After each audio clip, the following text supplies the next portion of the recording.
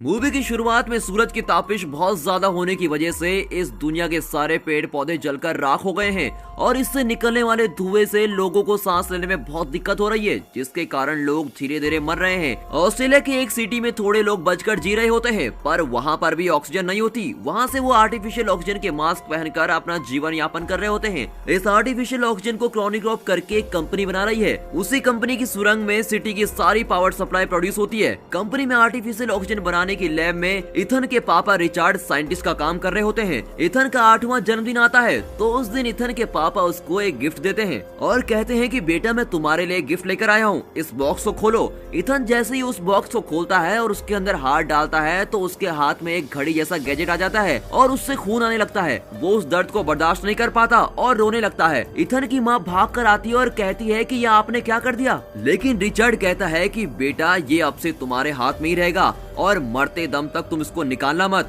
ये तुम्हें इस दुनिया में पहचान दिलाएगा। अब ये कहकर इथन के पापा रिचर्ड वहाँ से निकल जाते हैं। लैब में जाने की थोड़ी देर बाद रिचर्ड के पापा से इथन को फोन आता है और कहता है कि तुम और तुम्हारी माँ थोड़ा चल कर आओ, मैं तुम्हारा इंतजार कर रहा हूँ। इथन और उसकी माँ आर्टिफिशियल ऑक्सीजन का मास्क पहनकर रोड पर चल रहे होते हैं। तभी कुछ लोग इथन की माँ को शूट कर देते हैं और उसको जान से मार देते हैं। उसका मास्क और इथन का मास्क निकाल कर वहाँ से चले जाते हैं। अब इथन पापा पापा करके पुकार रहा होता है कि पापा बचाने के लिए आएंगे, लेकिन वो आता ही नहीं। तभी जूडो करके एक आदमी आता है जो कि आर्टिफिशियल ऑक्सीजन का मास्क देकर उसको वहाँ से बचाकर ले जाता है और उसको अपने साथ पालने लगता है। इथन के पापा रिचर्ड के काम करने वाली क्रोनिकॉप कंपनी में वो एक इलेक्ट्रिसिटी डिपार्टमेंट में काम कर रहा होता है। अचानक एक दिन वहाँ पर पावर प्रॉब्लम आती है और उसको रिलोड करने के लिए इथन बहुत ट्राई करता है। तभी अलर्ट आता है कि अगर 30 सेकंड में उसको ठीक नहीं किया गया तो एक बहुत बड़ा बॉम्ब ब्लास्ट होगा। इथन कैसे भी करके उसको ठीक कर देता है। ऐसी पावर प्रॉब्लम ठीक करने में इथन बहुत ही माहिर हो जाता है। उसके बाद ड्यूटी खत्म करके सारे वर्कर्स लाइन में खड़े हो जाते हैं। फिर उनकी आंखों को स्कैन कर रहे होते हैं। उसके लिए वो मास्क निकालते हैं और मास्क निकालते वक्त उस वर्कर्स में से एक खून की उल्टी कर रहा होता है। ये आर्टिफिशियल ऑक्सीजन सबको सूट नहीं करता और इसी की वजह से बहुत लोगों को ऑक्सीजन सिकनेस हो जाता है, जिसके शिकार होकर वो थोड़े दिनों में ही मर जाते हैं। तभी दिखाते हैं कि एक सिख आदमी अपने आप को आग लगाकर जला रहा होता है और ये सब इथन की आंखों के सामने हो रहा होता है। वहाँ से कट करके मूवी का टाइटल 2067 डाल के मूवी शुरू होती है। हमारा हीरो इथन शिफ्ट खत्म करके अपने घर जाता है। टीवी में उसके सामने न्यूज चल रही होती है। उसमें ऑक्सीजन सिकनेस की वजह से सिटी में बहुत से लोग थोड़े थोड़े करके मर रहे होते हैं। यहाँ कॉर्निकॉर्प कंपनी ऑक्सीजन सिकनेस के लिए सोल्यूशन की खोज करने की ट्राई कर रही होती है और जैसे इथन के पापा का नाम टीवी पर आता है वो गुस्सा होकर टीवी बंद कर देता है। तभी उसकी वाइफ वर्क खत्म करके घर आ जाती है और दोनों जॉली से बात कर रहे होते हैं। तभी दिखाते हैं कि अचानक उसकी वाइफ भी खून की उल्टी करती है। उसको भी वही ऑक्सीजन वाली बीमारी हो जाती है। काम करते करते वो भी टेंशन में आ जाता है और सोचता है कि मेरी वाइफ भी कुछ दिनों में मर जाएगी। उसी वक्त थोड़े ऑफिसर्स इथन को ग्राउंड फ्लोर पे बुलाने के लिए आते हैं और उसको जबरदस्ती बुलाते हैं। ये देखकर इथन डर जाता है।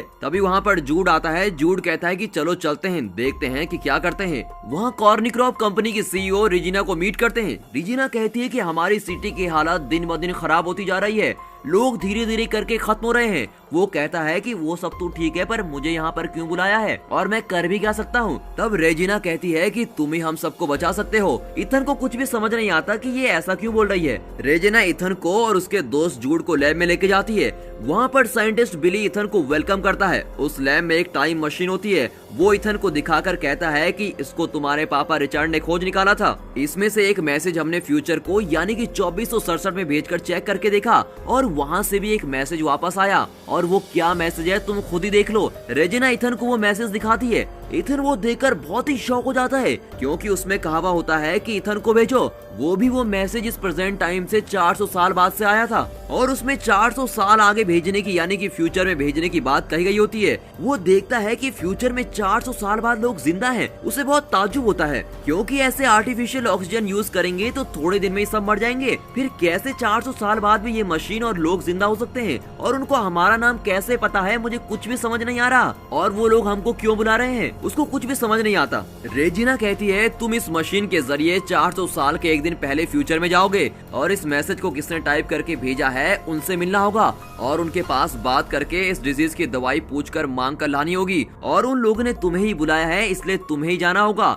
तुम्हें ही दवाई को ढूंढ कर लाना ही है। यहाँ पर मौजूद हजारों लोग अपनी मौत और जिंदगी के बीच लड़ रहे हैं। फिर बिली बोलता है कि इसमें एक प्रॉब्लम भी है, हम सिर्फ तुमको यहाँ से भेज सकते हैं पर वापस आने का रास्ता तुमको ही ढूंढना पड़ेगा। रेजिना कहती है कि फ्यूचर में भी ऐसे ही कुछ जरूर होगा जिससे तुम वापस आ सकोगे। और ये सुनकर इथन कहता है कि ये सब मुझे नहीं करना, मेरी वाइफ को ऑक्सीजन प्रॉब्लम है, मैं उसके साथ रहना चाहता हूँ क्योंकि उसके आखिरी के दिन बचे हैं, उसको छोड़कर मैं बिल्कुल भी नहीं जाऊंगा। और ये बोलकर इथन वहाँ से निकल जाता है। उसके बाद इथन और उसका दोस्त एक जगह बैठकर बात करते हैं। तब इथन अपने दोस्त के पास कहता है कि मेरे पापा रिचर्ड की तरह मैं अपनी वाइफ को कभी भी अकेले नहीं छोड़ने वाला हूँ, इस वक्त मैं उसको अकेला छोड़कर तो कतई नहीं जाऊंगा। तभी जूड कहता है तुम दूसरों के लिए दवाई लेने नहीं जा रहे हो, तुम अपनी वाइफ के लिए भी दवाई लेने जाओगे वहाँ। और फिर उसका मन बदल जाता है। इथन घर जाकर जो कुछ हुआ वो सब बातें अपनी वाइफ को बता रहा होता है। वो सुनकर उसकी वाइफ कहती है कि तुम कैसे इतने सेल्फिश हो सकते हो, तुमने देखा था पिछले साल मेरी क्लास में 20 बच्चे पढ़ रहे थे पर अब सिर्फ क्लास में 12 ही बचे हैं, ऐसे ऑक्सीजन की कमी से मरने से बेहतर है तुम वहाँ जाकर दवाई लेकर आ जाओ, तभी सब खुश रह पाएंगे। ये सब तुम करोगे तो मुझे बहुत गर्व होगा, तुम जरूर मेरे लिए दवाई लेकर वापस आओगे, मुझे तुम पर बहुत भरोसा है और तुमको जाना ही होगा। उसके बाद इथन रात को जब उसकी वाइफ सो रही होती है तो वहाँ पर एक फूल रख देता है, बट वो फूल असली का नहीं होता, वो कुछ लोहे की पंखुड़ियों से बना हुआ होता है। उसमें उसने लिखा हुआ होता है आई विल बी बैक, और ये लिखकर वहाँ से निकल जाता है। अब आपको तो पता ही होगा कि ये लोहे का फूल क्यों है, क्योंकि वहाँ पर पेड़ पौधे तो है नहीं, तो असली का फूल कहाँ से आएगा। लेकिन जब वो जा रहा होता है तो उसकी वाइफ सोई नहीं होती, वो सिर्फ सोने की एक्टिंग कर रही होती है और वो इथन को पता नहीं चलने देती कि वो उसको देख रही है। अब इथन कॉर्निक्रॉप कंपनी के लैब में पहुंच जाता है, वहाँ रेजिना उसका वेट कर रही होती है। इथन उसके पास कहता है कि उस दवाई का एक ड्रॉप भी मिलेगा तो मैं उसको पहले अपनी वाइफ को ही दूंगा, अगर तुम ये बात मानती हो मैं तभी वहाँ जाऊंगा। ठीक है करके रेजिना भी एक्सेप्ट कर देती है। अब वो टाइम ट्रेवल का सूट पहनकर उस मशीन में रेडी होकर बैठता है। तभी साइंटिस्ट बिली इथन को एक छोटा सा गैजेट देता है और कहता है कि ये आयरन मैन पिक्चर में आने वाला जार्विस की तरह एडवांस रोबोट है, ये तुम्हारी एक एक मूवमेंट को रिकॉर्ड करेगा और तुम्हें सारी चीजें बताएगा। जूड भी उसको बाय करके भेज देता है। अब मशीन ऑन हो जाती है, उसमें काउंटडाउन शुरू होता है और 0 के आते ही इथन के बदन पर बहुत सारे रेडियंस पास होते हैं और बहुत ही स्पीड से टाइम ट्रेवल करके फ्यूचर में जाकर वहाँ एक जंगल में लैंड होता है। लैंड होते वक्त बेहोश होकर गिर जाता है, आंखें खोलकर देखता है तो उसका सूट जल रहा होता है। वो उसको गौर करता है, वो उठकर उसको बुझाने की कोशिश करता है पर वो आग और जल रही होती है, तो वो उस सूट को निकाल कर फेंक देता है। अब वो सूट उसकी आंखों के सामने जलकर विस्फोट हो जाता है। तभी वो एक चीज पर गौर करता है, उसके चारों तरफ सारे हरे भरे पेड़ हैं। ये देखकर वो बहुत ही खुश हो जाता है और ताज्जुब भी होता है क्योंकि पहली बार उसने इतने सारे पेड़ पौधे, इतनी नेचुरल ऑक्सीजन देखी होती है और उसका खुशी का ठिकाना नहीं रहता। अब वो हर चीज को छूकर मजे ले रहा होता है।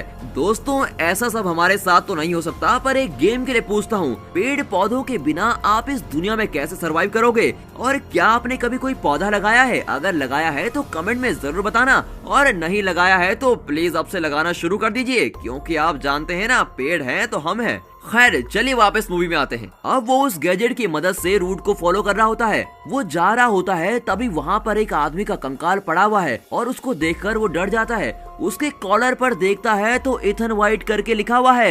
ये देखकर तो वो बिल्कुल ही शॉक हो जाता है क्योंकि ये उसी का कंकाल होता है। अब वो उसकी खोपड़ी पर देखता है तो ये गोली का निशान होता है। तभी उस कंकाल के पास में देखता है तो वहाँ पर वैसा ही गैजेट होता है जैसा उसको बिली ने दिया होता है। वो उस पुराने गैजेट से अपने नए गैजेट के बारे में पूछता है, पर वो बोलता है कि मुझे टाइम ट्रेवल के बारे में कुछ भी नहीं पता। फिर वो कंकाल के हाथ में देखता है तो वैसे ही घड़ी होती है जैसे उसके पापा ने उसको दी थी। अब उसको अपनी प्रेजेंट घड़ी के बाजू में रखकर देखता है। देखने में दोनों एक ही तरह दिखती हैं, लेकिन गौर करने वाली बात यह है कि जो उसकी प्रेजेंट घड़ी है उसमें रेड लाइट होती है और उस कंकाल की घड़ी में ग्रीन लाइट जल रही होती है। अब वो उस पुराने गैजेट को ऑन करके चेक करता है और उसमें बात करने की कोशिश करता है, पर उसमें तो 2% ही चार्ज बचा होता है और वीडियो डिस्प्ले नहीं हो पाती, इसलिए सिर्फ ऑडियो चलती है। फिर वो ये कहता है कि आखिरी में जो इंसिडेंट हुआ था उसके बारे में ऑडियो प्ले करो। उस ऑडियो में थोड़े डायलॉग्स के बाद कोई इसको गन से शूट करने की आवाज सुनकर बहुत डर जाता है। ऑडियो के प्ले होने के दूसरे सेकंड में उस गैजेट में चार्ज खत्म हो जाता है। फिर वो सोचता है कि जैसी आवाज इसमें सुनाई दे रही है वैसी मैंने कहीं तो सुनी है, कहीं तो जरूर सुनी है। अब उसे ऐसा एहसास होता है जैसे इस दुनिया में अभी कोई जिंदा ही नहीं है। थोड़ा थोड़ा अंधेरा होने के बाद वो प्रेजेंट वाले गैजेट की मदद के साथ आग जलाकर उसके बाजू में बैठ जाता है। फिर वो कुछ फल वगैरह ढूंढ कर खाता है। उसके खाने के थोड़ी देर बाद जोर से बिजली चमकती है और बारिश शुरू हो जाती है। तभी देखते हैं कि दूर से कुछ रोशनी नजदीक आ रही है। उसके बाद एक आदमी उसके नजदीक आ रहा होता है।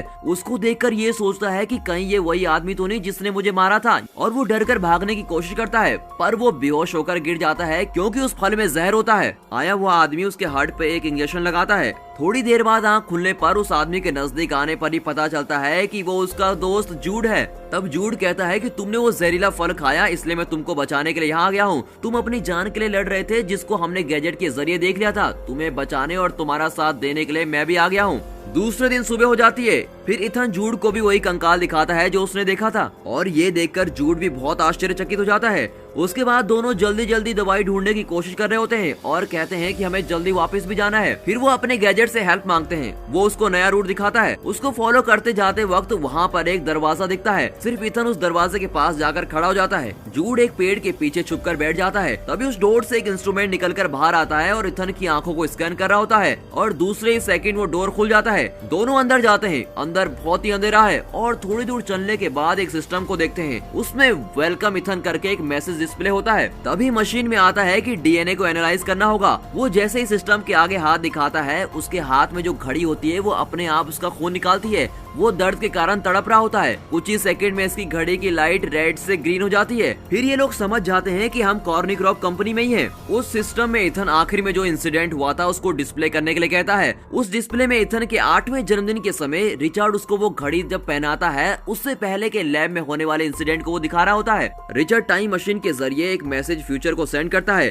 तभी रिप्ले आता है कि सेंड इथन व्हाइट। ये देखकर रिचर्ड बहुत ही शॉक हो जाता है। सिर्फ वो ही नहीं, रेजिना और बिली दोनों भी शॉक हो जाते हैं। रेजिना पूछती है कि उन लोगों को तुम्हारे बेटे का नाम कैसे पता। रिचर्ड कहता है कि वही तो मुझे समझ नहीं आ रहा। रेजिना पूछती है कि वो लोग हमें सिर्फ मैसेज क्यों भेज रहे हैं, वो लोग यहाँ आकर हमसे बात भी तो कर सकते हैं। तभी उसके जवाब में बिली कहता है कि पावर फेलियर हो रहा है, और अगर पावर प्रॉब्लम ना हो तो उस तरफ से इस तरफ कोई भी आ सकता है।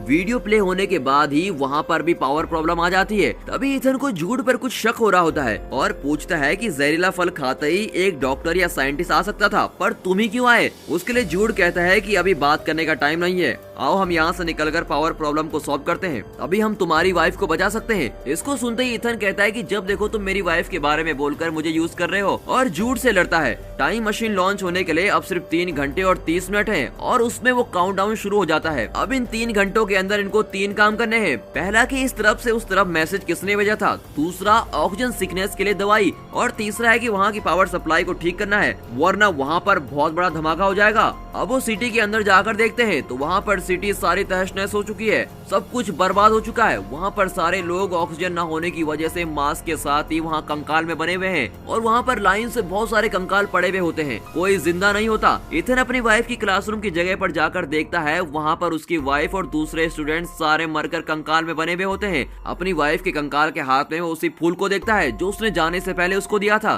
उसमें उसकी वाइफ ने लिखा हुआ होता है कि तुम फिर वापस जरूर आओगे, मैं भगवान से प्रार्थना करूंगी। ये देखकर वो बहुत अपसेट होकर रोने लगता है। वो जूड को देखकर कहता है कि हम किसी को भी बचा नहीं पाएंगे, सब लोग मर चुके हैं, और फिर दीवार पर लगकर बैठ जाता है। रोते हुए वो जूड से कहता है कि अगर मैं अपनी वाइफ को छोड़कर नहीं आता तो उसके साथ ऐसा कुछ भी नहीं होता, और ये सब लोग मरकर ऐसे कंकाल बनकर पड़े हैं, इसका मतलब तो यही है कि मिशन ऑलरेडी फेल हो चुका है। लेकिन जूड कहता है कि चिंता मत करो। ये सुनते ही इथन उस पुराने गैजेट की आखिरी ऑडियो को फिर से प्ले करता है और उसको सुनता है। उसमें वो वैसी आवाज को सुनता है जैसे जूड निकाल रहा होता है, और वो सोचता है कि कहीं वो जूड ही तो नहीं जो मुझे मारने के लिए आया है। उस ऑडियो को सुनकर जूड भी बहुत डर जाता है। फौरन जूड अपने आसपास रखी हुई पिस्टल को निकालकर ऑडियो में आई हुई आवाज जैसे हीरो को धमकाता है। आखिरी में जूड कहता है, मैंने तुमको शूट नहीं किया और तुम भी मरे नहीं हो, इस इंसिडेंट को बदल दिया गया है। तभी उनको एक वार्निंग मैसेज सुनाई देता है कि 2 घंटों में पावर प्रॉब्लम सॉल्व नहीं हुई तो यहाँ पर बहुत बड़ा धमाका होगा। उसको सुनते ही वो सोचते हैं कि पहली 2 प्रॉब्लम तो हम सॉल्व नहीं कर पाए, पर एटलीस्ट इसको तो सॉल्व करना ही होगा। फिर वो दोनों उठकर सुरंग के अंदर जाते हैं। स्टार्टिंग में वो जिस जगह पर काम कर रहे होते हैं वो वही जगह होती है। इथन उस जगह की प्रॉब्लम को सॉल्व करके देखता है, पर वो सॉल्व नहीं होती। उसी वक्त उस रूम का दरवाजा बंद होने लगता है। रूम के बाहर खड़ा हुआ जूड भागकर उसको रोकते हुए इथन को बाहर आने के लिए कहता है। इसके लिए इथन कहता है कि अगर मैं भी बाहर आ गया तो यहाँ इस प्रॉब्लम को सॉल्व कौन करेगा, और मैं बाहर आ गया तो धमाका होकर सब कुछ बर्बाद हो जाएगा, उसके बाद कुछ भी ठीक नहीं हो सकता। अब जूड के हाथ को धक्का देकर वो उस दरवाजे के अंदर ही बंद हो जाता है। जूड बाहर से बहुत चिल्ला रहा होता है, उस रूम में ऑक्सीजन धीरे धीरे कम हो जाती है, लेकिन वो उस प्रॉब्लम को सॉल्व कर लेता है और बेहोश हो जाता है। तभी जूड उस डोर को तोड़कर अंदर आकर बेहोश हुए इथन को उठाकर वहाँ से बाहर ले जाता है और पावर सप्लाई फिर से एक्टिवेट हो जाती है।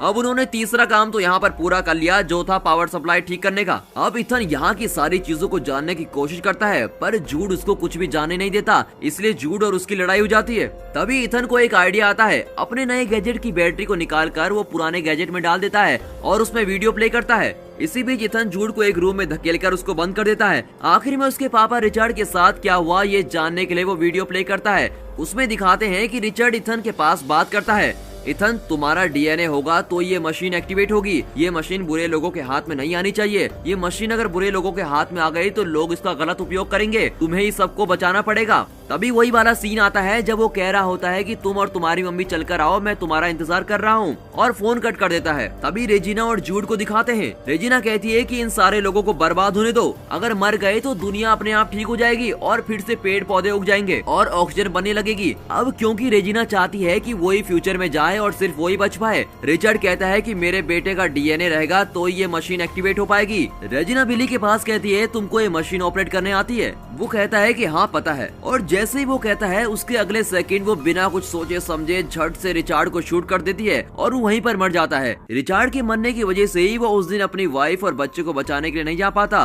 और अब इथन को समझ में आ जाता है कि उस दिन पापा बचाने क्यों नहीं आए, और अब उसके दिल से अपने पापा के लिए नफरत चली जाती है। ये सब देखकर वो रो रहा होता है। तभी जूड उस रूम के अंदर का दरवाजा तोड़कर बाहर आ जाता है। वो वीडियो कंटिन्यूसली चलाता रहता है। उसमें रेजिना रिचर्ड को शूट करने के बाद जूड से कहती है कि इथन की माँ को मार कर लाओ और इथन को हमारे पास लेकर आओ, वो इस मिशन का की है और उसी के जरिए हम फ्यूचर तक पहुंच सकते हैं। ये सब देखने के बाद इथन गुस्सा होकर कहता है कि तुमने भी मुझे यूज किया है, और जूड को देखकर चिल्लाता है, पर वो जूड कहता है कि इसमें मेरी कोई गलती नहीं है, मुझे भी तुम्हारे जैसे यूज किया गया है। अब वो जूड अपने आप को सच साबित करने के लिए खुद पर गोली चला देता है और वहीं पर इथन के सामने मर जाता है। अब रेजिना ने इथन को फ्यूचर में इसलिए भेजा ताकि उसके डीएनए से वो मशीन एक्टिवेट हो पाए, और वही उसका मेन मोटिव था उसको वहाँ भेजने का। अब इथन ये सोच रहा होता है कि उन्हें यहाँ आने से कैसा रोका जाए। तभी अचानक उसके पापा रिचर्ड का भेजा हुआ फर्स्ट मैसेज आता है, जिसमें लिखा हुआ होता है कि ये मशीन बुरे लोगों के हाथ में नहीं आनी चाहिए। कट करके पास्ट में रेजिना उसके जाने वाले थोड़े लोगों के साथ टाइम ट्रेवल करने के लिए बिल्कुल तैयार है और इसका इंतजार कर रही होती है,